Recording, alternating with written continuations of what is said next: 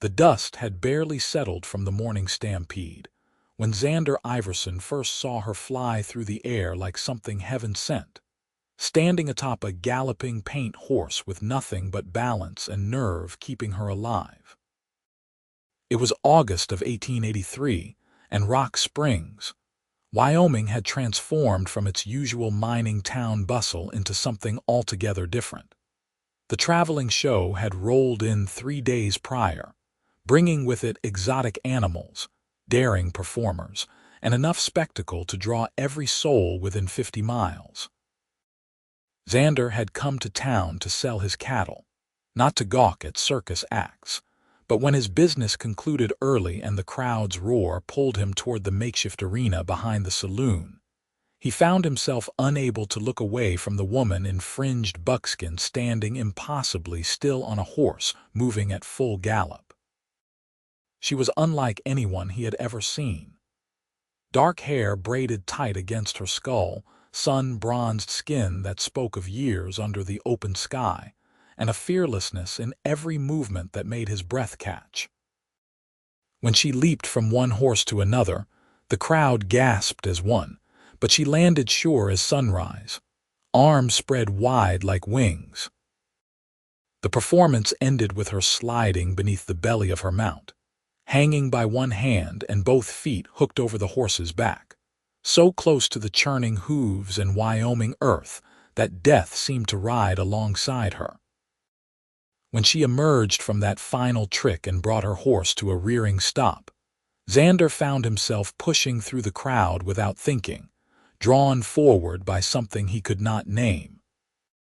The other performers took their bows with shouts and waves, but she simply pressed her hand to her heart and nodded, her dark eyes scanning the crowd with an intensity that seemed to see everything and everyone at once.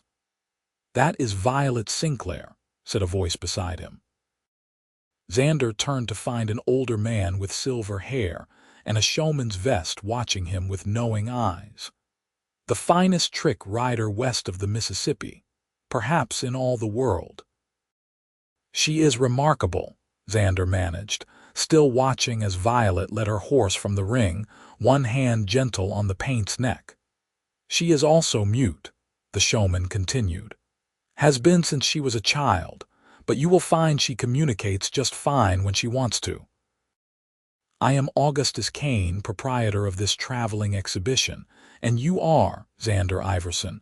I have a ranch about 20 miles north of here." Augustus studied him with interest. "A cattleman, then?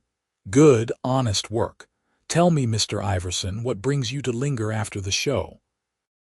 Xander felt heat rise to his face, unexpected and unwelcome. He was 32 years old, not some green boy to blush at a pretty face. But there had been something in the way Violet moved, something in the grace and courage of her performance that had reached inside his chest and taken hold. "I wanted to congratulate Miss Sinclair on her performance. Did you now?" Augustus's smile was slight but genuine. "Come then, I will introduce you properly." They found Violet behind the temporary stables, brushing down her paint horse with long, practiced strokes. She looked up as they approached, and Xander felt the full weight of her gaze land on him like a physical thing.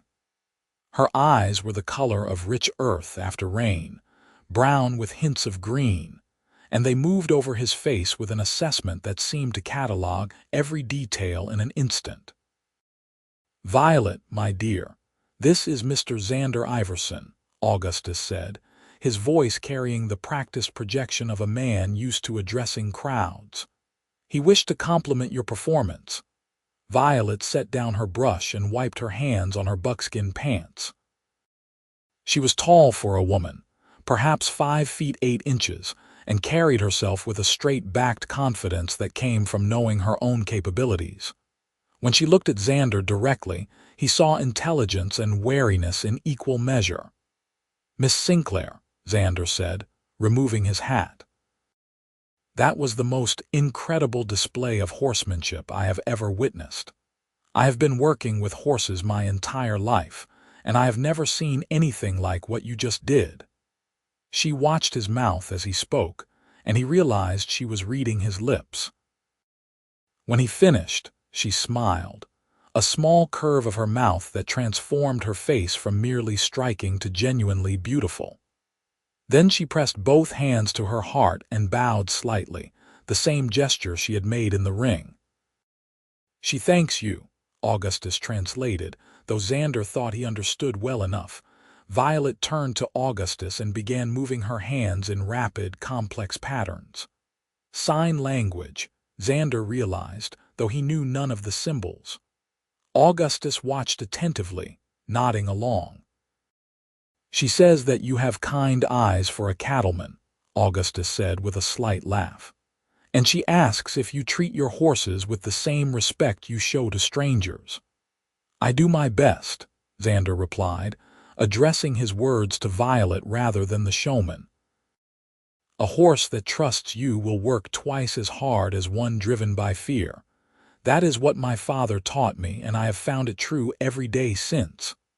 Violet's smile deepened, reaching her eyes this time. She signed something else, her movements quick and graceful. "She says she can tell a man's character by how he speaks of animals," Augustus translated, "and that you have passed her test." "I did not know I was being tested," Xander said, but he found himself smiling back at her. She pointed at him, then at the paint horse, then made a gesture that seemed to indicate walking or moving forward. The meaning was clear enough even without translation. "Would you like to meet Dancer?" Xander asked. Violet nodded eagerly and beckoned him forward. The paint horse was a magnificent animal, well-muscled and alert, with intelligent eyes that tracked their approach. When Xander extended his hand slowly, palm down, the horse sniffed carefully before allowing the touch. "Beautiful animal," Xander murmured, running his hand along the horse's neck. "Good bone structure, excellent conditioning. How long have you had him?" Violet held up 7 fingers, then pointed to the horse and to herself and made a motion like an egg cracking open. "She raised him from birth," Augustus supplied. "They have been partners for 7 years now." Xander watched as Violet moved to Dancer's other side, her hands gentle on his coat. The bond between horse and rider was evident in every casual touch, every relaxed posture. This was not merely a trained animal but a true partner, trusted and beloved. "I would very much like to learn more about your training methods," Xander said, "if you would be willing to share them." Violet looked at him with curiosity, her head tilted slightly to one side. She signed to Augustus without taking her eyes from Xander. "She asks why a rancher would want to learn trick riding," Augustus said. "Not the tricks themselves," Xander clarified, "though those are impressive. But the relationship you have with your horse, the level of trust and communication required to do what you do. That would make any horseman better at his craft." Something shifted in Violet's expression, a softening around her eyes that suggested he had said exactly the right thing. She signed again, her movements slower this time, more deliberate. "She says the show will be in Rock Springs for another week," Augustus translated. "If you have time to visit, she would be happy to discuss horsemanship with you." "I will make time," Xander said immediately, then felt foolish at his own eagerness. "That is, I have business in town that will keep me here a few more days.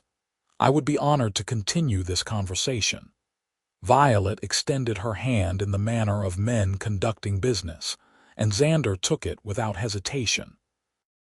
Her grip was firm and calloused, the hand of someone who worked hard for her living. When their palms met, he felt that same strange pull in his chest, as though something fundamental had shifted in the world without making a sound. She released his hand and signed something brief to Augustus before turning back to her horse. "She looks forward to it," Augustus said.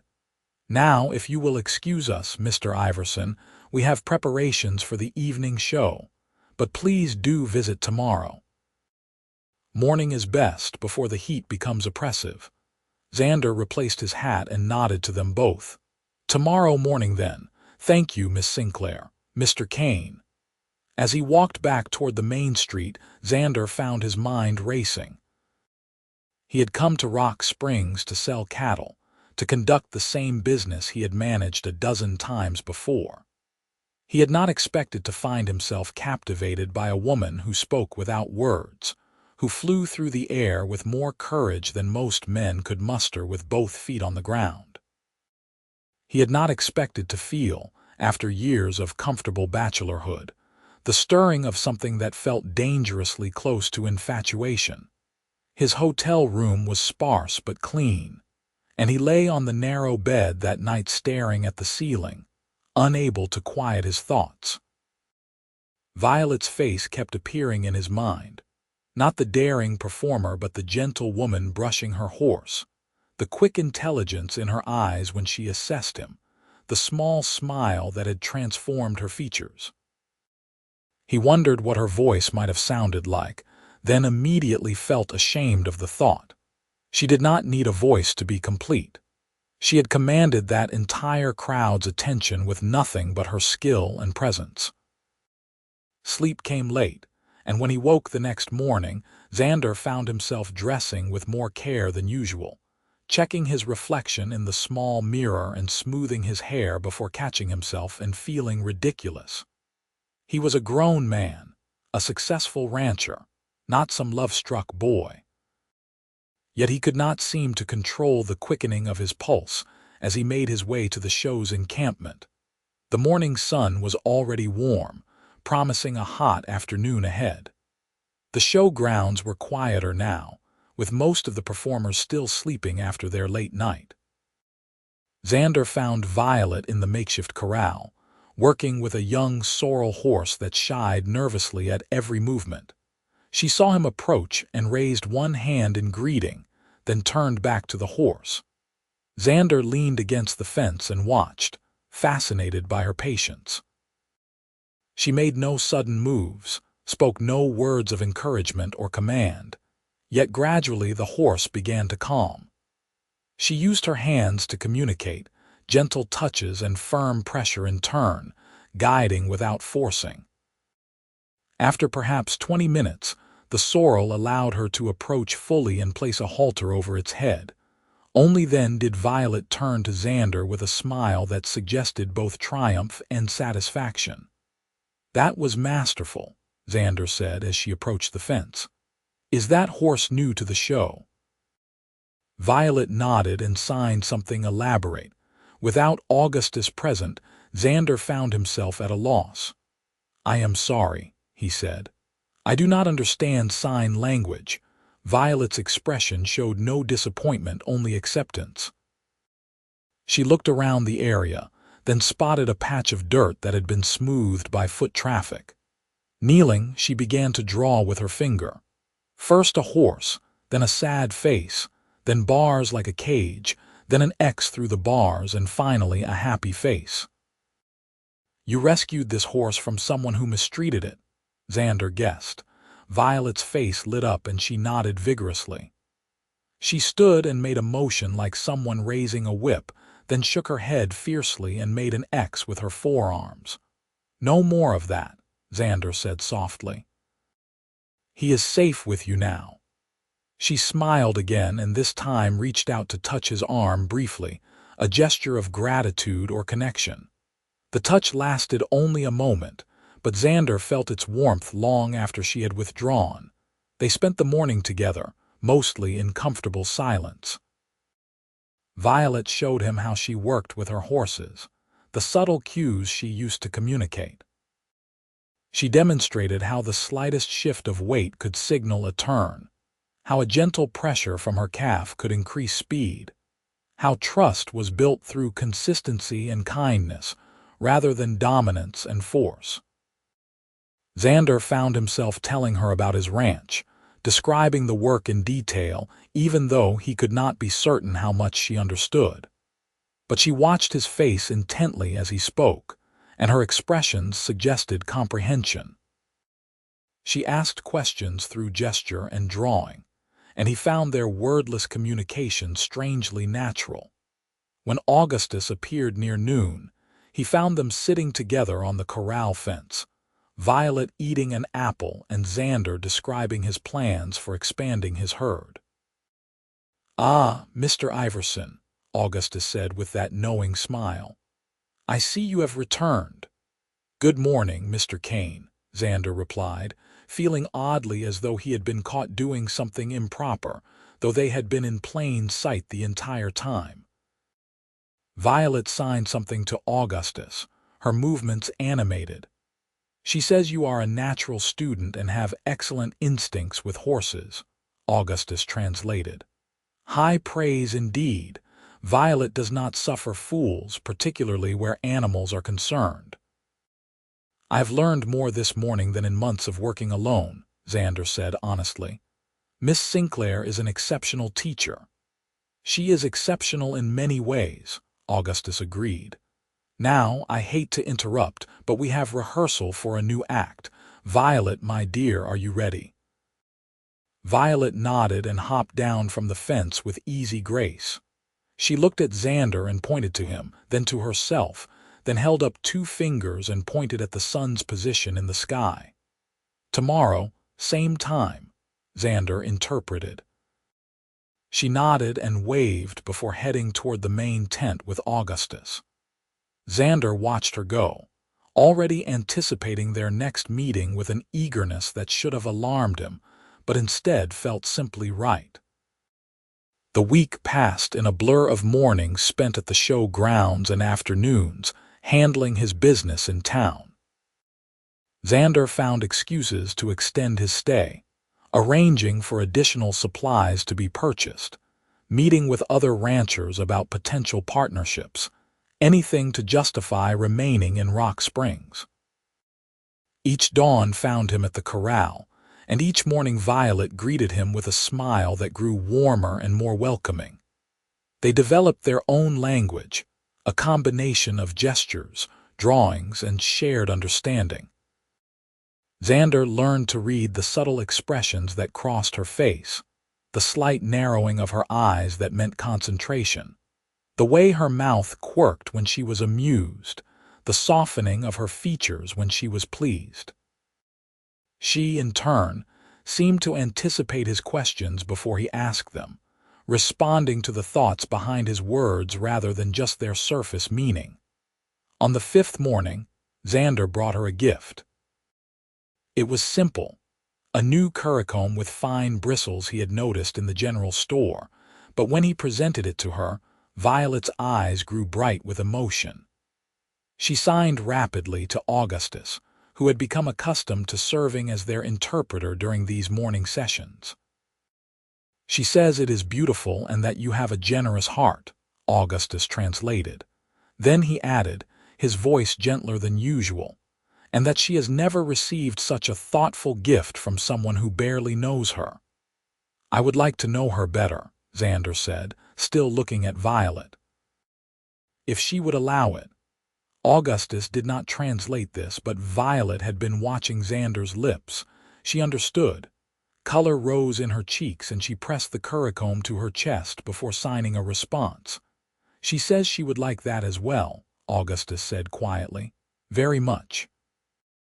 The afternoon show that day featured a new act, one that made Xander's heart climb into his throat, despite knowing Violet had performed it successfully 100 times before. She stood on the backs of 2 horses, 1 foot on each, as they galloped in a circle around the ring. Then, impossibly, she guided them apart, spreading her legs wider and wider until she was nearly horizontal in the air before bringing them back together and leaping to land on just 1 horse. The crowd went wild, but Xander could barely breathe until she was safely on the ground. When the show ended and he found her behind the stables, he could not contain himself. "That was terrifying," he said, his voice rougher than intended. "What if the horses had not responded correctly? What if you had fallen?" Violet looked at him with surprise, then something that might have been understanding. She pointed to her eyes, then to him, then placed both hands over her heart. "You were watching," Augustus translated, having followed Xander in concern at his tone. "And she is touched by your worry, but she assures you she is always careful."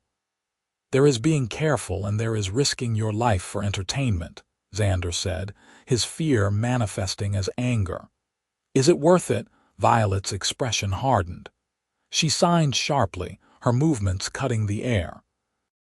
"She says this is who she is," Augustus said, his voice carrying a warning note. "She has been performing since she was 16 years old. This is not merely entertainment to her, but her life's work. She asks if you would tell a cattleman not to work with animals because he might be injured." Xander took a breath, forcing himself to calm. She was right, of course. He faced danger every day on the ranch, from difficult horses to unpredictable cattle to the simple perils of working in rough country. He had no right to judge her choices. "I apologize," he said, looking directly at Violet. "You are absolutely right. I spoke out of fear, not reason. What you do is incredible, and I have no place telling you how to live your life." Violet studied him for a long moment, and Xander worried he had damaged the fragile connection growing between them. Then her expression softened, and she stepped forward to place her hand on his chest, right over his heart. She could surely feel how it pounded beneath her palm. She signed with her free hand, her movements slow and deliberate. "She says she understands that fear comes from caring," Augustus translated softly, "and that she finds herself caring about your safety as well, though she has not known you long." Xander covered her hand with his own, holding it against his chest. "I do care," he admitted. "More than I have cared about anyone in a very long time." They stood like that for several heartbeats, the noise of the show grounds fading into background as the world narrowed to just the two of them. Then, Violet gently withdrew her hand and signed something to Augustus. "She asks if you would join her for supper tonight," Augustus said.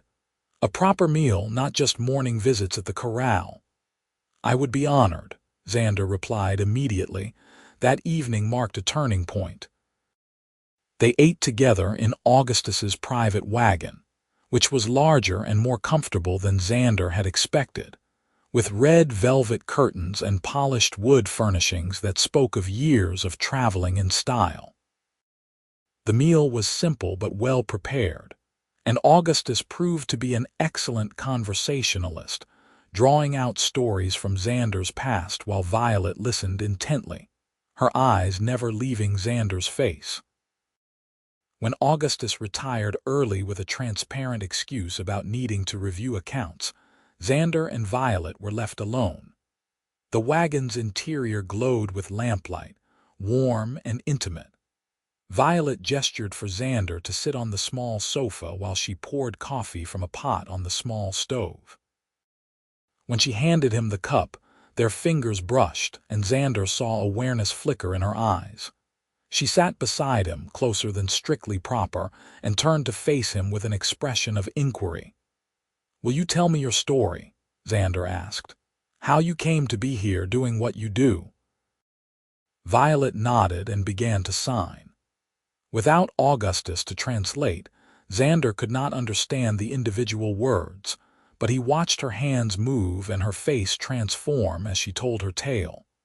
She pointed to her throat and made a breaking gesture, then showed a small child's height, indicating youth. Whatever had taken her voice had happened when she was very young. She made the shape of a house, then an X through it, then gestured to the open road. She had left home, or perhaps lost it. She showed herself with horses, her face lighting with joy, then demonstrated riding movements, then the shape of Augustus's distinctive silhouette and a handshake. "Augustus found you and gave you a place in the show," Xander guessed. Violet nodded enthusiastically and signed more, showing years passing with repeated movements, showing herself growing taller, showing the progression from simple riding to the complex tricks she performed now. "You built this life for yourself," Xander said. Made yourself into something extraordinary. She smiled at that and touched his face gently, just the briefest brush of her fingers against his cheek. Then she pointed to him with a questioning expression. Xander told her his story in return, even knowing she would need to read his lips and guess at many words. He told her about growing up on his father's ranch, about learning the hard work and long hours required to make a life from the land. He told her about losing his father 3 years ago to a winter fever, about running the ranch alone since then, about the satisfaction of working with animals and watching his herd grow.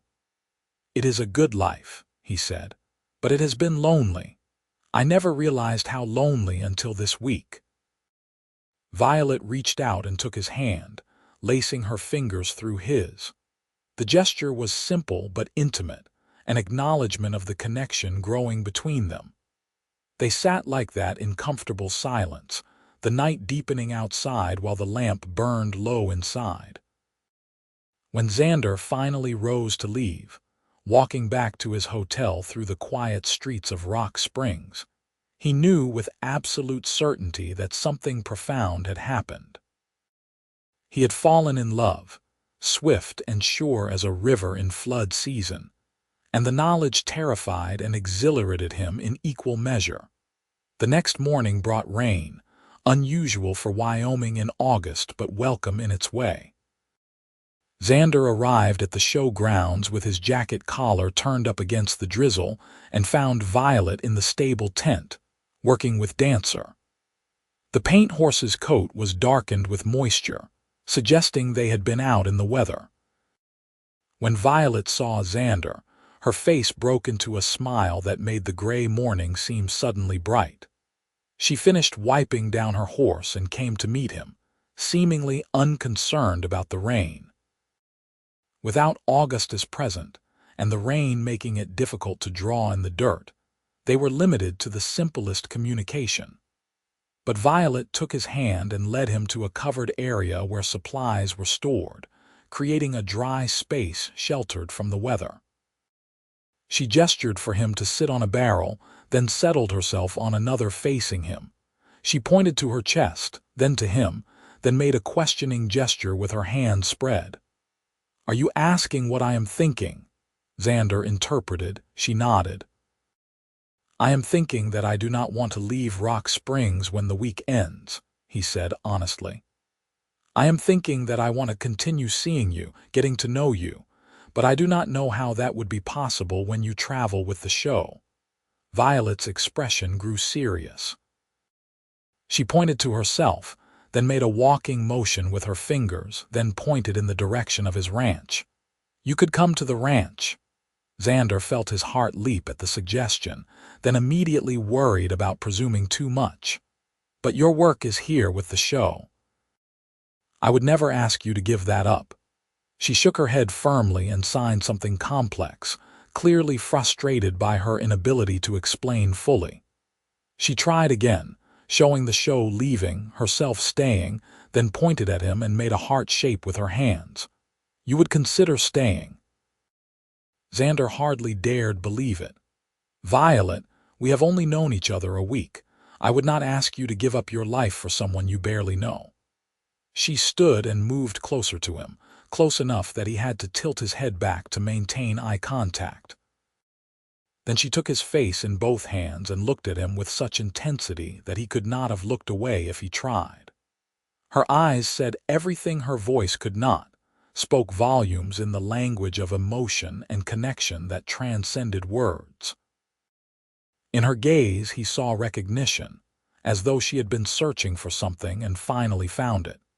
He saw trust and desire, and the same bewildering certainty that had taken root in his own chest. She pressed her forehead to his, and they stayed like that while rain drummed on the tent canvas overhead. When she finally pulled back, her eyes were bright with unshed tears, but she was smiling. "I love you," Xander said, because the words could not be contained any longer.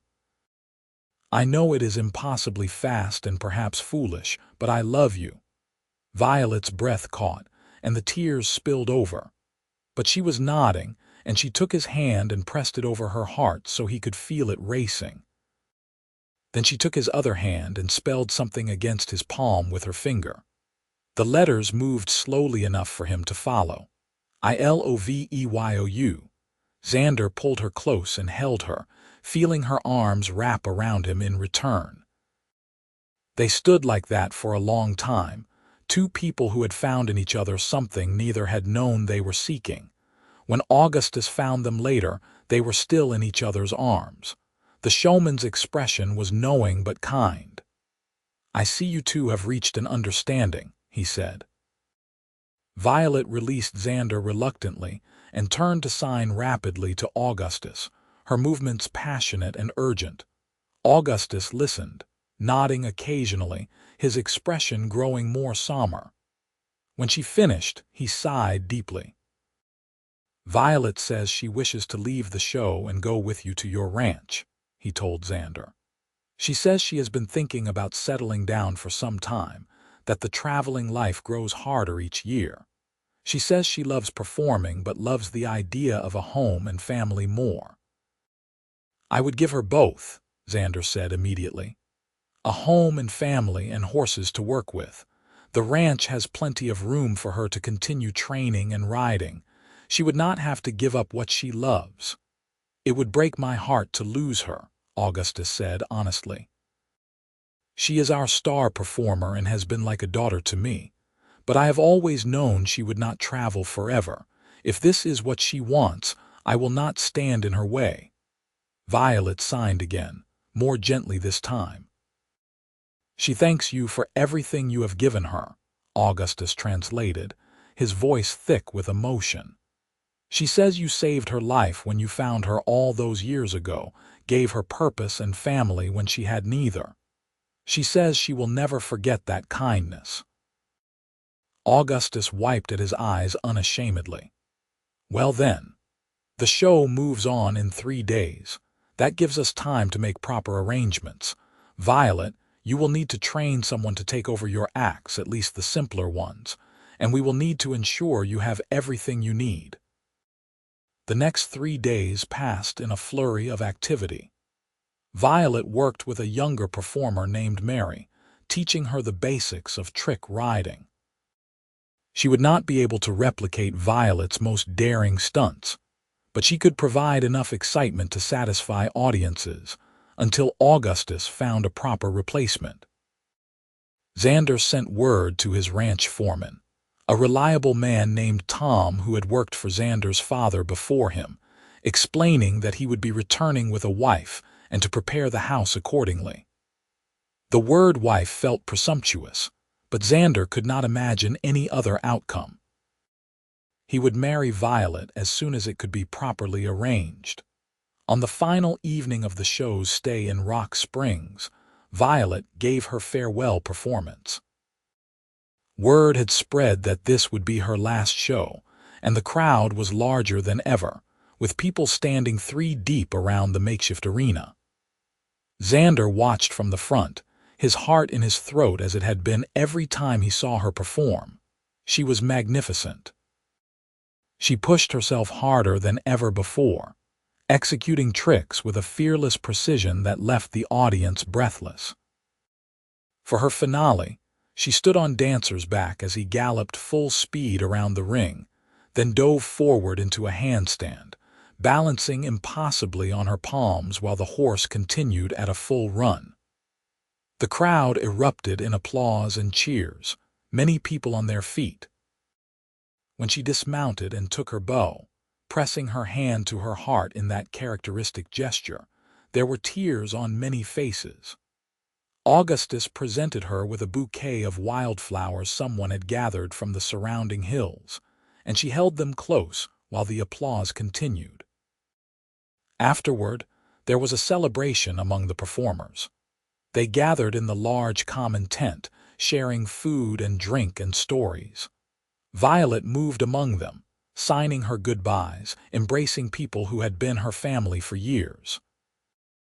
Xander stayed close but tried not to intrude, understanding this was her moment to honor what she was leaving behind. As the evening grew late, Augustus called for attention. The tent quieted, and he stood with one arm around Violet's shoulders. "We lose a star tonight," he said, his showman's voice carrying easily. "But we gain the joy of knowing that our dear Violet has found happiness.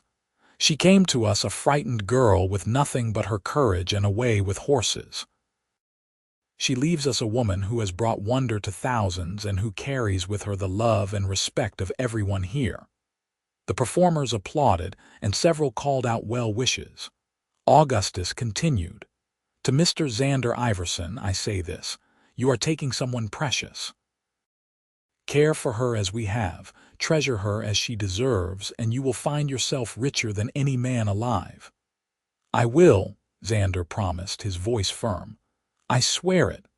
Violet signed something to Augustus, who nodded and translated. "She says thank you to all of you, that you have been her family when she had none, and that she will carry each of you in her heart wherever she goes." There were more toasts and more tears, and by the time the celebration ended in the early hours of morning, Xander felt he had been fully adopted into this community of performers and travelers, accepted as one of their own because Violet had chosen him. They left Rock Springs at dawn the next day. Violet rode beside Xander on Dancer, leading two other horses that Augustus had insisted she take, both animals she had trained and worked with. Her belongings fit in 2 saddlebags and a small trunk secured to one of the pack horses. Everything she owned in the world, and she was bringing it to Xander's ranch, trusting him with her future. The ride north took most of the day. They stopped to rest the horses at midday, sharing the food Augustus had packed for them. Sitting together under the shade of a cottonwood tree near a creek, Violet leaned against Xander's shoulder and traced letters on his arm. "HAPPY. I am happy too," he said, kissing the top of her head. "Happier than I knew I could be." She pulled back to look at him, then traced more letters. "SCARED. You are scared?" Xander asked, concerned. Of what, she thought for a moment, then drew in the dirt at their feet. A house, then a question mark, then herself. "You are scared you will not fit in. That ranch life will not suit you." He took her hand. "Violet, you will make it your own. You can work with the horses as much or as little as you want. You can ride whenever you please. The ranch is yours now as much as mine." She shook her head and tried again, drawing a group of people, then an X through them, then herself alone. "You are worried about being isolated, being alone because you cannot speak to others easily," Xander realized. "That is a fair concern, but we will figure it out together. And you are not alone, you have me." She smiled and kissed him then, a gentle press of lips that promised more. When she pulled away, she spelled against his palm, "LOVEYOU, I love you too," he replied. "Always."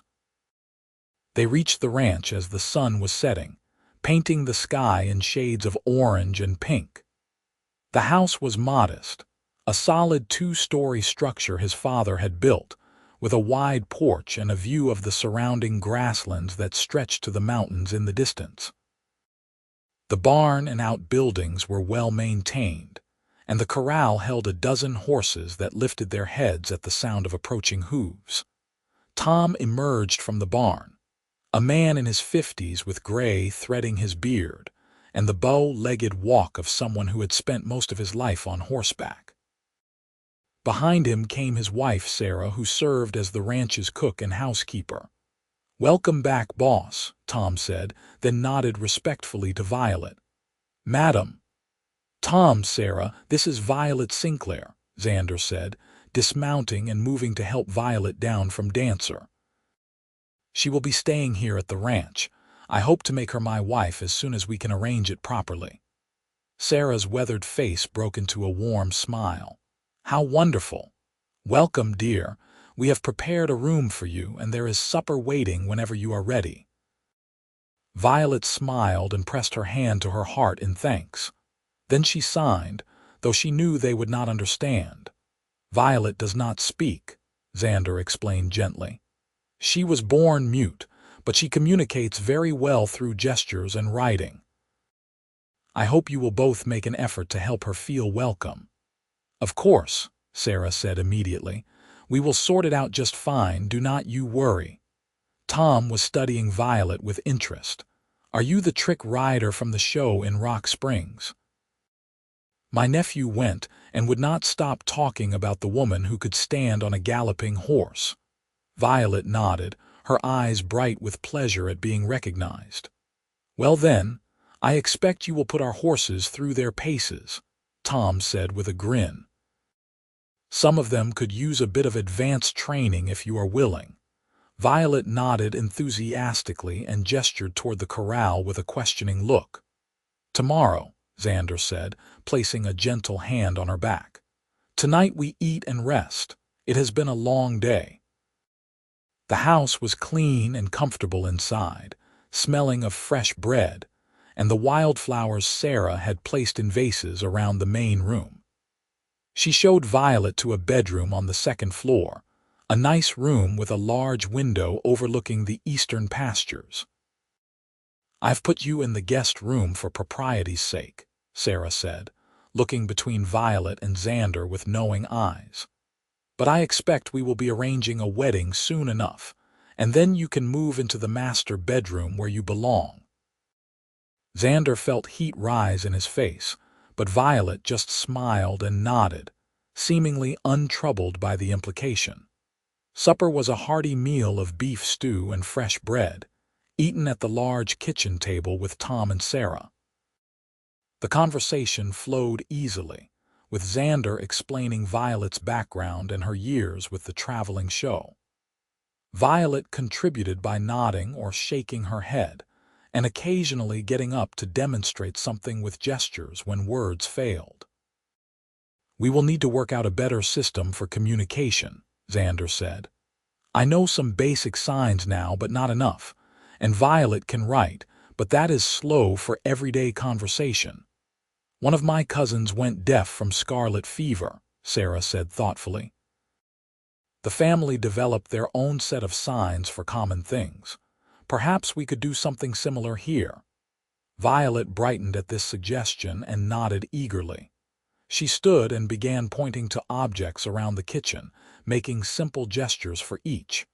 Cup, she indicated by miming drinking. Table by patting its surface. Food by bringing her fingers to her mouth. We will learn, Sarah said warmly. We will all learn together. That night, Xander walked Violet to her room and lingered in the doorway, reluctant to part from her even for the few hours of sleep. Are you comfortable? He asked. Is there anything you need? She shook her head and smiled, then took his hand and spelled on his palm. Thankyu. You do not need to thank me. This is your home now. She spelled again. Whenmrry. When will we marry? Xander repeated. As soon as you want.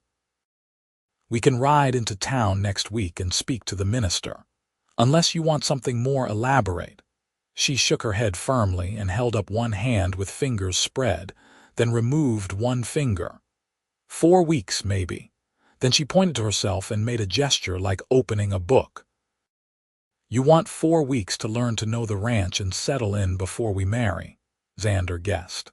That is reasonable, though I confess I would marry you tomorrow if you wished it.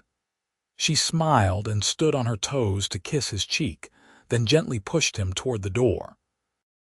Good night, he said, reluctant to leave. Sleep well. She waved and closed the door softly, leaving Xander standing in the hallway with a foolish smile on his face. The next weeks fell into a comfortable rhythm. Violet rose early each morning and worked with the horses, her skill and patience quickly winning over the animals. She had a particular talent for working with difficult horses, the ones that were too spirited or stubborn for ordinary training. Tom watched her work with undisguised admiration, and soon was asking her advice on handling various animals. Sarah took Violet under her wing, teaching her the routines of the house and the ranch. They developed an easy communication through gestures and written notes, and Sarah proved adept at reading Violet's expressions. Within a week, they were working together in the kitchen as though they had known each other for years. Xander found himself falling more deeply in love with each passing day. He loved watching Violet work with the horses, her movements graceful and confident. He loved the way she would seek him out during the day just to smile at him, to touch his hand briefly as she passed. He loved sitting with her on the porch in the evenings, watching the sun set over the grasslands while she leaned against his shoulder. They took walks together in the evenings after supper, exploring the ranch and the surrounding countryside. Violet was endlessly curious about everything, stopping to examine wildflowers or watch birds or study the way water moved in the creek.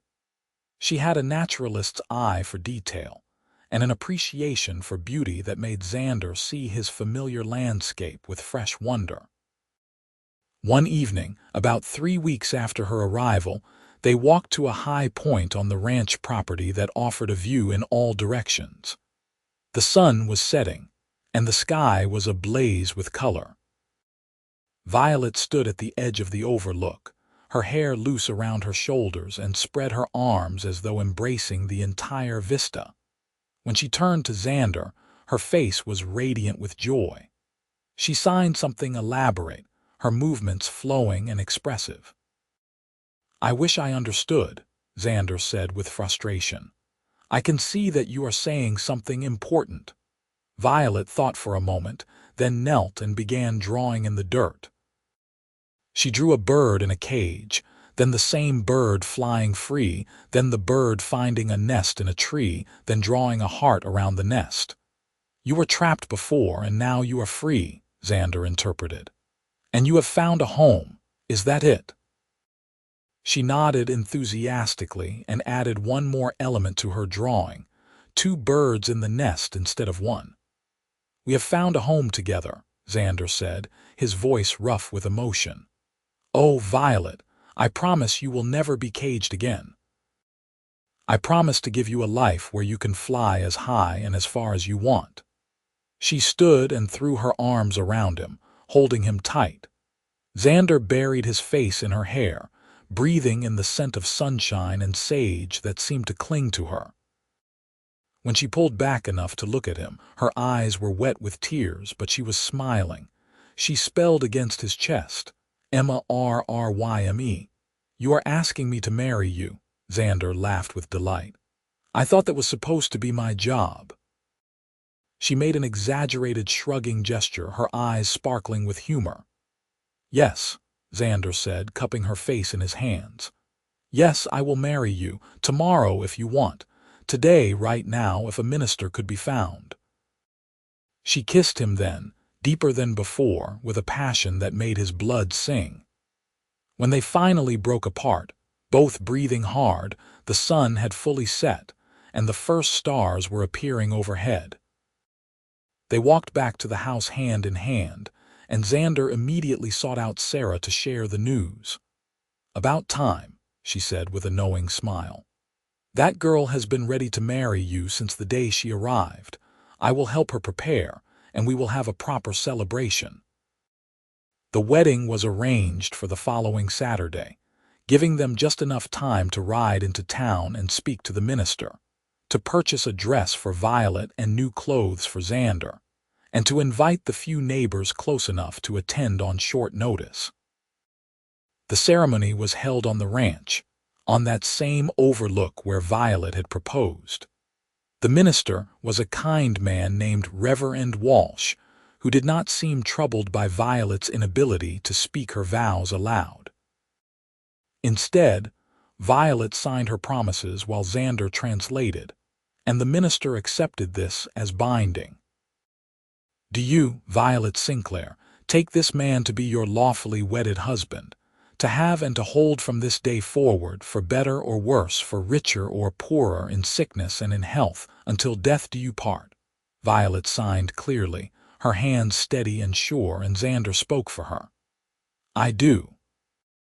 "And do you, Xander Iverson, Take this woman to be your lawfully wedded wife, to have and to hold from this day forward, for better or worse, for richer or poorer, in sickness and in health, until death do you part." "I do," Xander said, his voice strong and certain. "Then by the power vested in me, I pronounce you husband and wife. You may kiss your bride." Xander did not need to be told twice. He kissed Violet while their small gathering of witnesses applauded, and when they broke apart, both were smiling so wide it almost hurt. The celebration lasted into the night, with food and dancing and music provided by Tom's nephew, who played a surprisingly good fiddle.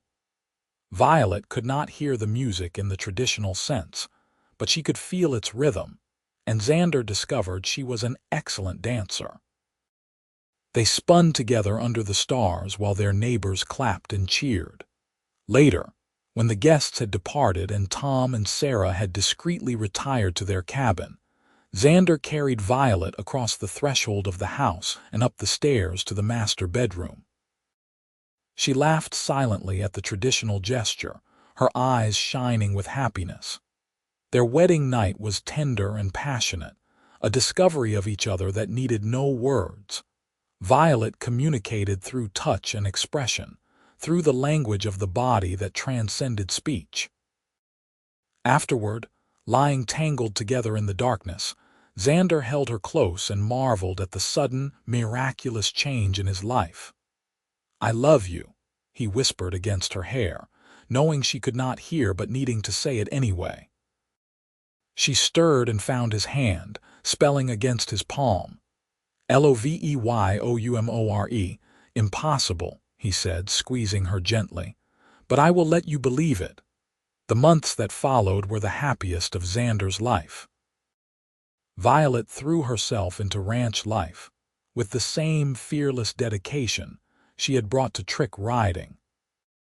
She worked with the horses, expanded the vegetable garden Sarah had been maintaining, and even learned to help with some of the bookkeeping, her careful handwriting filling ledgers with neat columns of numbers. But it was with the horses that she truly excelled.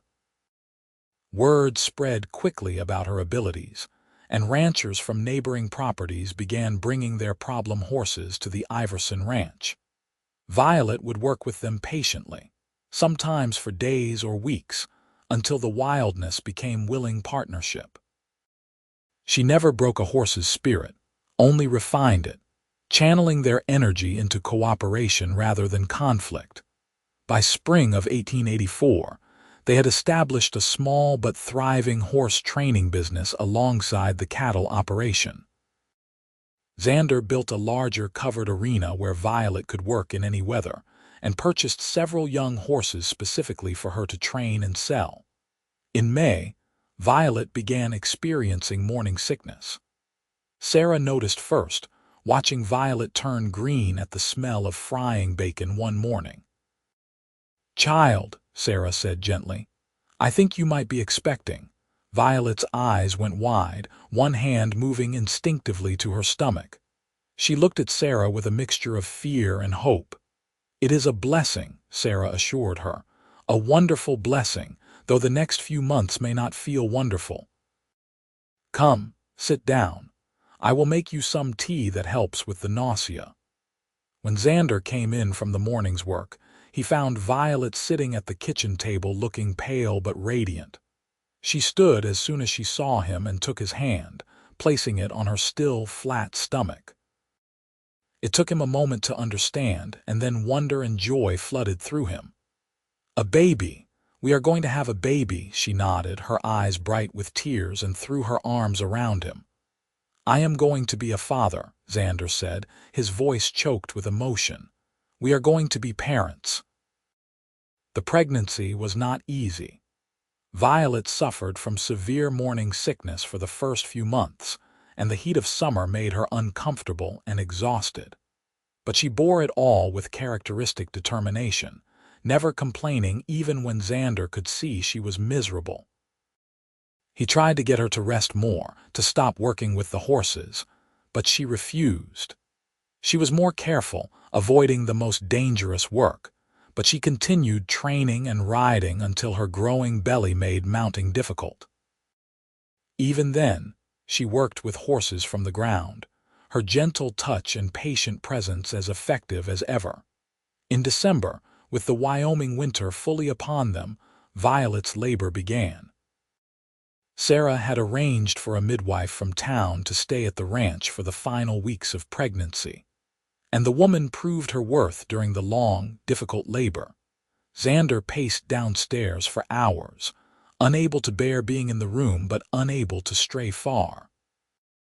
Every cry that filtered down from the bedroom upstairs, every sound of strain that Violet could not vocalize, but that came through nonetheless, made him want to break down the door and demand to help somehow.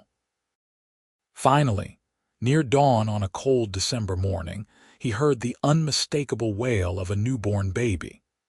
He took the stairs 3 at a time and burst into the bedroom to find Sarah holding a tiny, red-faced infant while the midwife tended to Violet. "You have a daughter," Sarah said with a tired smile. "And she has excellent lungs."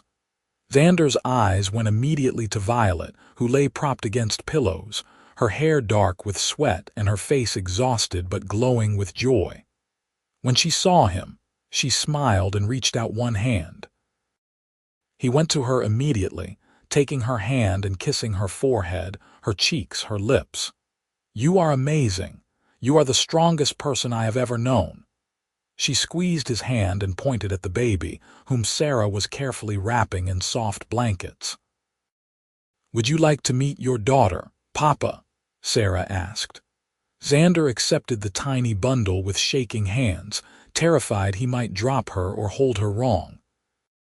But the moment he looked down at that small, scrunched face, the tiny hands waving aimlessly in the air, he felt his heart expand in a way he had not known was possible.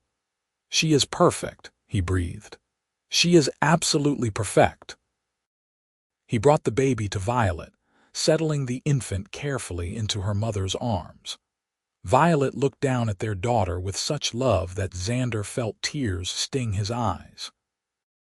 She touched the baby's face with wondering fingers, traced the tiny nose and perfect lips, then looked up at Xander with an expression of pure happiness. "What should we name her?" Xander asked. Violet thought for a moment, then carefully spelled against his arm with her free hand. Grace. "Grace," Xander repeated. "Grace Iverson. It is beautiful, perfect for her."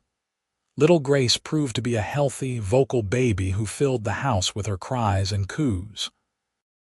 Violet was a devoted mother, though she worried constantly about not being able to hear if the baby cried when she was in another room. Xander and Sarah helped ease her concerns by installing small bells she could see throughout the house, which would alert her to check on Grace even if she could not hear her. As Grace grew, something remarkable happened. The baby seemed to instinctively understand that her mother could not hear her cries, and she learned early to seek visual attention instead. By 6 months, she was watching Violet's hands intently whenever Violet signed, and by her first birthday, little Grace was making simple signs herself. "She will grow up speaking 2 languages, Sarah observed one afternoon, watching Grace sign more while Violet fed her mashed sweet potatoes. "Sign language and spoken words. What a gift that will be." Violet smiled and kissed her daughter's soft head, clearly pleased at how naturally Grace was learning to communicate in both ways. The years flowed by like water. Grace grew into a bright, active child who could ride a horse almost as soon as she could walk, her mother's natural horsemanship evident in her every movement. In 1887, Violet gave birth to their second child, a son they named Samuel after Xander's father. Samuel was quieter than his sister but equally quick to learn both spoken language and signs. By 1889, the Iverson Ranch had expanded significantly. The horse training program was well established and respected throughout Wyoming and beyond. Ranchers came from as far as Montana and Colorado to have Violet work with their animals. She had taught Tom and several hired hands her methods, creating a team of trainers, but everyone agreed that Violet herself had a special gift that could not be fully replicated. Xander's cattle operation had grown as well, benefiting from the reputation of the ranch and his own careful management. They were prosperous by any measure, and the house had been expanded twice to accommodate their growing family and occasional guests. In March of that year, a letter arrived from Augustus Kane. Xander found Violet in the arena, working with a young mare, and brought her the envelope. She wiped her hands on her trousers and opened it carefully, her eyes moving rapidly over the page. As she read, her expression shifted from surprise to sorrow to something that might have been bittersweet nostalgia. When she finished, she handed the letter to Xander to read. "My dear Violet," it began in Augustus's flowing script, "I hope this letter finds you well and happy in your ranch life. I am writing with news both sad and glad. The sad news is that I am retiring from the show business. I am getting old and my bones ache too much for life on the road. The glad news is that I am retiring to a small house in Cheyenne, which is not far from you at all. I hope we might visit from time to time, as I have missed you dearly these past years. Your old friend, Augustus Kane." "Cheyenne is only a day's ride," Xander said, looking up from the letter. "We could visit him easily, or invite him here to stay with us." Violet nodded enthusiastically, her eyes bright. She signed rapidly, and though Xander had become much more proficient over the years, he still struggled with her more complex sentences. "You want to invite him to stay with us for a while," he interpreted. "I think that is a wonderful idea. He could meet the children properly, see what you have built here." They sent a letter immediately, and 3 weeks later, Augustus arrived in a hired wagon, looking older but no less distinguished. When Violet ran out to meet him, she threw herself into his arms with the enthusiasm of a daughter greeting her father. Augustus stayed for 2 weeks, charming everyone on the ranch with his stories and showman's charisma. Grace and Samuel were particularly entranced, begging him for tales of the traveling show and the exotic places he had seen. "Your mother was the star of our show," Augustus told them one evening as they all sat together on the porch. "The most courageous performer I ever had the privilege to work with. Mama can still do tricks," Grace said proudly. "She taught me to stand on my pony while he walks." "Walking is how you start," Augustus said with a smile. "By the time your mother was your age, she was standing on galloping horses. But I expect she has taught you that courage and patience are more important than flash." "She says that the horse has to trust you," Samuel piped up.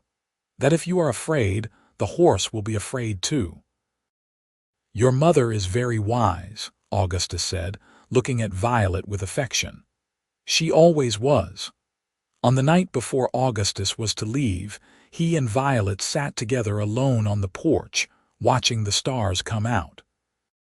Xander left them to their reunion, understanding they needed time to reconnect without translation. Later, when Augustus had retired to the guest room, Violet came to find Xander in their bedroom. She was crying silently, tears streaming down her face, but she was smiling too. "What is wrong?" Xander asked in concern, pulling her close. "Did something upset you?" She shook her head and signed slowly, making sure he understood every word. "Augustus told me he was proud of me, that I had built a beautiful life, that my mother would have been proud too." Violet rarely mentioned her mother, a woman who had died when Violet was very young, before whatever illness or injury had taken her voice. Xander understood how much Augustus's words must have meant. "I am proud of you too," Xander said, holding her tight. "Every single day, I am in awe of you. Your courage, your kindness, your strength. You are an amazing mother, an incredible horsewoman, and the best partner I could ever have asked for."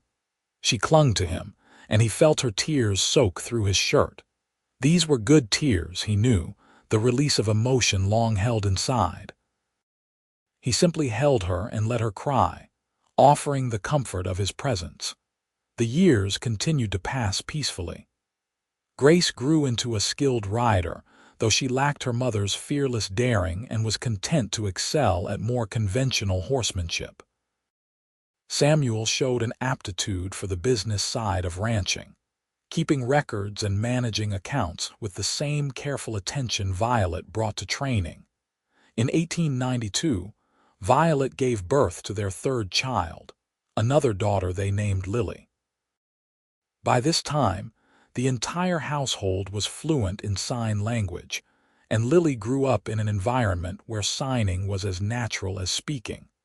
Augustus visited regularly, sometimes staying for weeks at a time. He became a beloved grandfather figure to the children, teaching them card tricks and telling them stories, filling their lives with the same wonder he had brought to audiences across the country. In the summer of 1895, tragedy struck when Tom suffered a heart attack while working in the far pasture. He died before they could get him back to the house, leaving Sarah a widow after 30 years of marriage. The entire ranch mourned his loss, none more than Xander, who had known Tom his entire life. Sarah stayed on at the ranch, saying she had nowhere else to go and no desire to leave. She became even more integral to the household, helping raise the children and manage the house, while Violet focused on the horses and Xander on the cattle. The turn of the century found the Iverson family prosperous and content. Grace, now 17, had married a young rancher from a neighboring property, a good man who treated her with respect and shared her love of horses. Samuel, at 15, was already being courted by several families with marriageable daughters, though he insisted he was too young to think about such things. Lily, at 8, was the wildest of the three children, with her mother's fearlessness and her father's stubbornness. On a warm June evening in 1900, Xander and Violet sat together on their porch, watching the sunset as they had done countless times over the 17 years of their marriage. The children were occupied with their own activities, and for once, they had the rare luxury of quiet time alone. Xander took Violet's hand, lacing their fingers together as had become their habit. Her hands were more weathered now, marked by years of work, but still beautiful to him. Still capable of the gentle touch that could calm any horse, the loving caress that comforted their children, the passionate embrace that set his blood afire. "You ever regret it?" he asked suddenly. "Leaving the show, giving up performing?" Violet turned to look at him, her eyebrows raised in surprise. She shook her head firmly and signed, "I have everything I ever wanted here. But you were so good at it. You brought joy to so many people." She smiled and signed again, more slowly. "I bring joy to my children now, to you." "That is better." "I hope so," Xander said. "I hope I have given you as much happiness as you have given me." She cupped his face in one hand, making him look at her directly. Her eyes, still as expressive as the day he met her, said everything that needed saying. She signed with her free hand, "You gave me a home, a family, love, everything." "You gave me the same," Xander replied, his voice rough. "I was half alive before I met you, just going through the motions. You woke me up, made me feel things I had never felt before." She leaned forward and kissed him, a gentle kiss that held 17 years of shared life, of challenges overcome and joys celebrated. When she pulled back, she was smiling that same small smile that had captivated him so long ago in Rock Springs. They sat together as the sky darkened and the stars emerged, content in the comfortable silence of two people who understood each other completely. Inside the house, they could hear Lily practicing her piano, the notes floating out through the open windows. Samuel was reading aloud to Sarah in the kitchen, his voice a low murmur. Somewhere in the distance, the cattle lowed, and closer by, horses nickered in the corral. "This is what I always wanted," Xander said softly. "A family, a home full of life and love. But I never thought I would be lucky enough to find it. And I certainly never imagined I would find it with someone as extraordinary as you." Violet squeezed his hand and leaned her head on his shoulder, and they watched the stars come out one by one over the Wyoming grasslands they both loved. The years ahead would bring more changes, more challenges and joys in equal measure. Grace would give them grandchildren, 4 in total, all healthy and strong.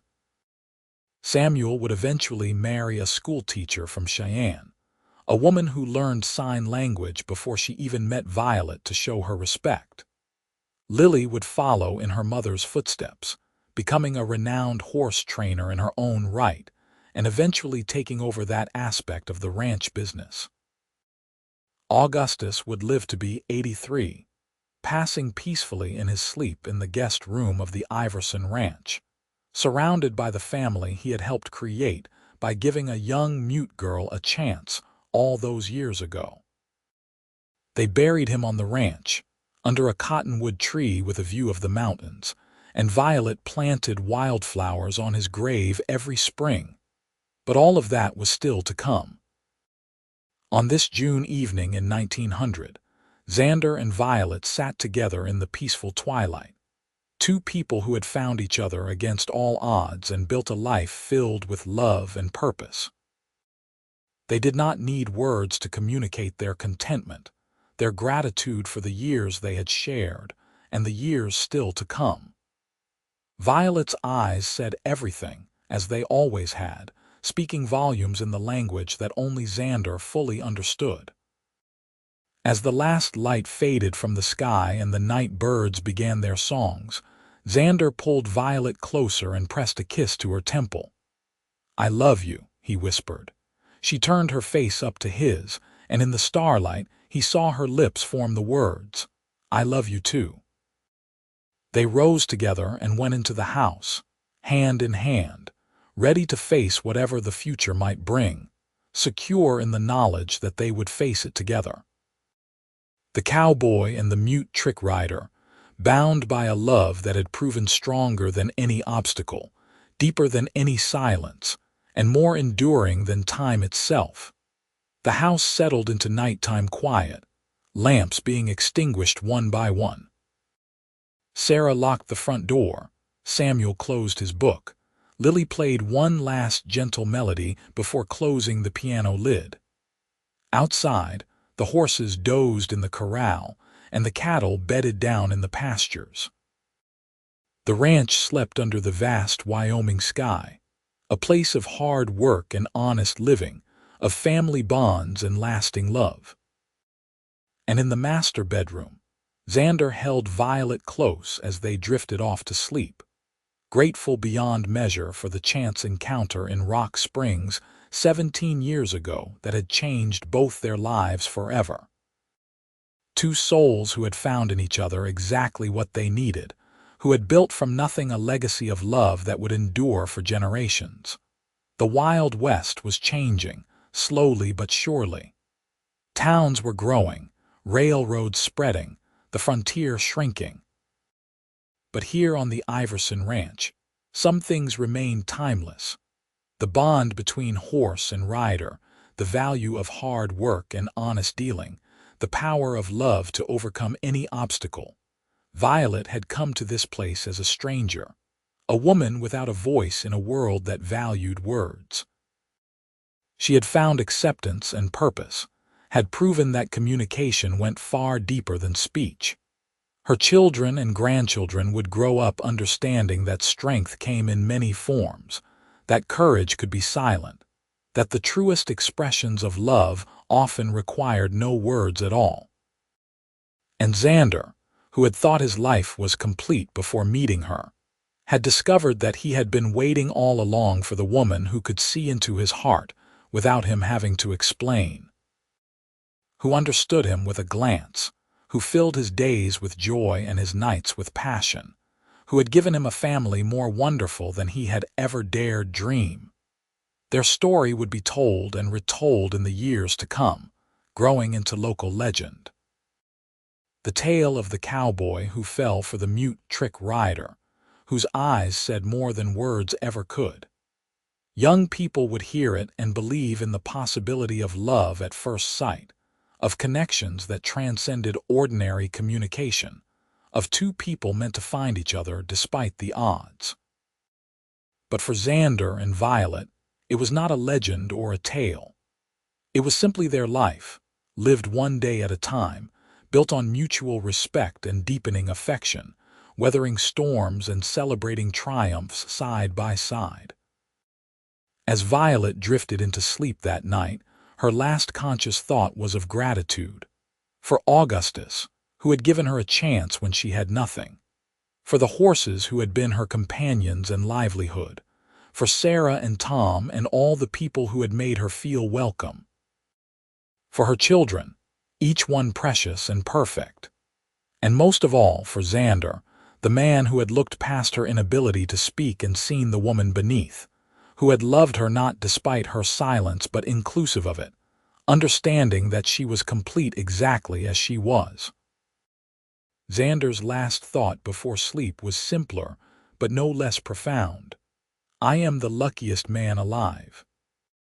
And so they slept, the cowboy and his beloved wife, in a house filled with love, on a ranch built by their combined efforts, under stars that had witnessed their meeting and would shine down on their descendants for generations to come. The end of their story was really just a beginning, the foundation upon which a family legacy would be built. But if stories must end somewhere, then let it end here, with two people who found each other in the vast Wild West and created something beautiful together. Who proved that love needs no voice to be heard, that the strongest bonds are forged not through words but through actions, through presence, through the daily choice to stand beside another person through whatever life might bring. Let it end with happiness, with peace, with the deep satisfaction of a life well lived and love well shared. Let it end with Xander and Violet together as they were always meant to be, their hearts beating in time as the Wyoming night settled around them like a blessing. And in the morning, they would wake to a new day, to children's laughter and horses nickering for breakfast, to all the small joys and challenges that made up their life. They would face it together, as they had faced every day since that fateful meeting in Rock Springs, partners in every sense of the word. This was their happily ever after, not perfect but real, not easy but worthwhile, not ending but continuing on into a future bright with promise. The cowboy and the trick rider, forever bound by love that spoke louder than any words, more clearly than any voice. Their legacy would be love itself, demonstrated daily through kindness and respect, through passionate devotion and patient understanding. Their children would learn from their example, would carry forward the lessons of acceptance and courage, and the power of seeing beyond surface differences to the person beneath. And somewhere, in whatever afterlife might exist for traveling showmen with generous hearts, Augustus smiled, knowing he had brought together two souls who were meant to complete each other. His greatest act had not been any performance under the big top, but the simple introduction of a lonely rancher to an extraordinary woman, setting in motion a love story for the ages. The night deepened around the ranch, peaceful and still. Inside the house, 5 heartbeats maintained their steady rhythm. Xander and Violet, Samuel and Lily, and Sarah in her room at the back. Outside, the horses dozed, the cattle rested, and the land itself seemed to breathe contentment. Tomorrow would bring work and responsibilities, joys and small frustrations, the endless rhythm of ranch life. But tonight, there was only peace, only the satisfaction of another day well spent, another evening of family togetherness, another moment of connection between two people who had chosen each other and continued choosing each other every single day. Violet stirred slightly in her sleep, and Xander instinctively pulled her closer, his body responding even in unconsciousness to her presence. She settled against him with a soft sigh, and they slept on, two people perfectly matched, creating warmth and comfort for each other in the cool Wyoming night.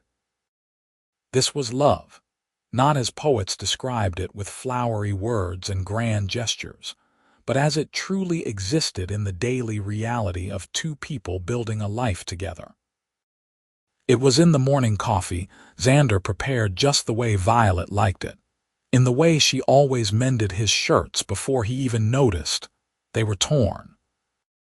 It was in shared glances across crowded rooms, in hands reaching for each other without thought, in the absolute certainty that whatever came next, they would face it together. And so the story concludes not with an ending but with a continuation, not with resolution but with the promise of more tomorrows, more shared sunrises and sunsets, more years of love and partnership.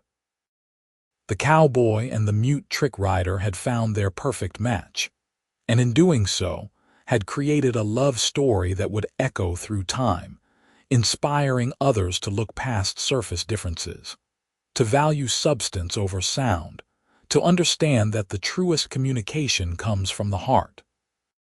Their life together was a testament to the power of acceptance, the strength of partnership, and the enduring nature of love that is based on genuine respect and admiration. They had built something beautiful together, something lasting, and their happiness radiated outward, touching everyone who knew them. As the moon rose higher over the Wyoming landscape, casting silver light across the sleeping ranch, Xander and Violet rested in each other's arms, complete and content, their story one of triumph and joy, of love found and cherished, of two souls made one through choice and commitment, and the deep, abiding affection that comes from truly seeing and being seen by another person. And that, as all the best love stories tell us, is the greatest happy ending of all. Not drama or grand gestures, but simple happiness, sustained love, and the peace that comes from knowing you have found your place in the world and the person meant to share it with you. The cowboy fell for the mute trick rider, and in doing so, found himself. She fell for him in return and found her home. Together, they created magic that needed no words, only the language of love that all hearts speak fluently when they finally find their match.